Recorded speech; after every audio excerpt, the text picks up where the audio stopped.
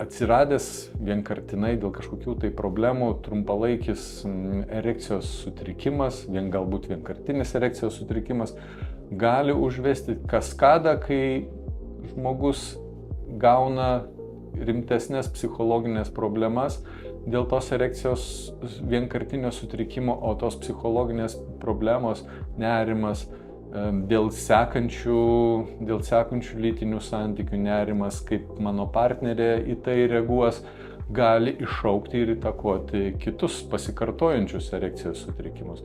Todėl pokalbis, išaiškinimas, problemų išsprendimas labai svarbu sprendžiant šios kilmės erekcijos sutrikimus.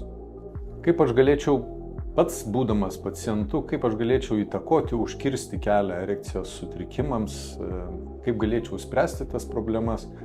Esant tokiai problemai, nebijočiau kreiptis pagalbos į konsultantą.